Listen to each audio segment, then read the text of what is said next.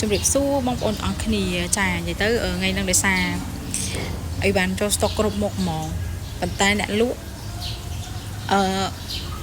ពងតាហាលកាចឹងថាបងប្អូនទាំងអស់គ្នាដែលគាត់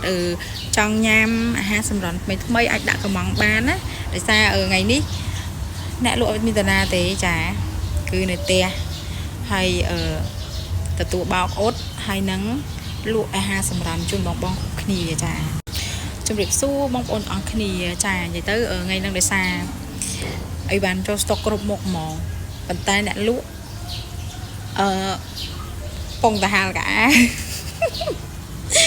ចឹងថាបងប្អូនទាំងអស់គ្នាដែលគាត់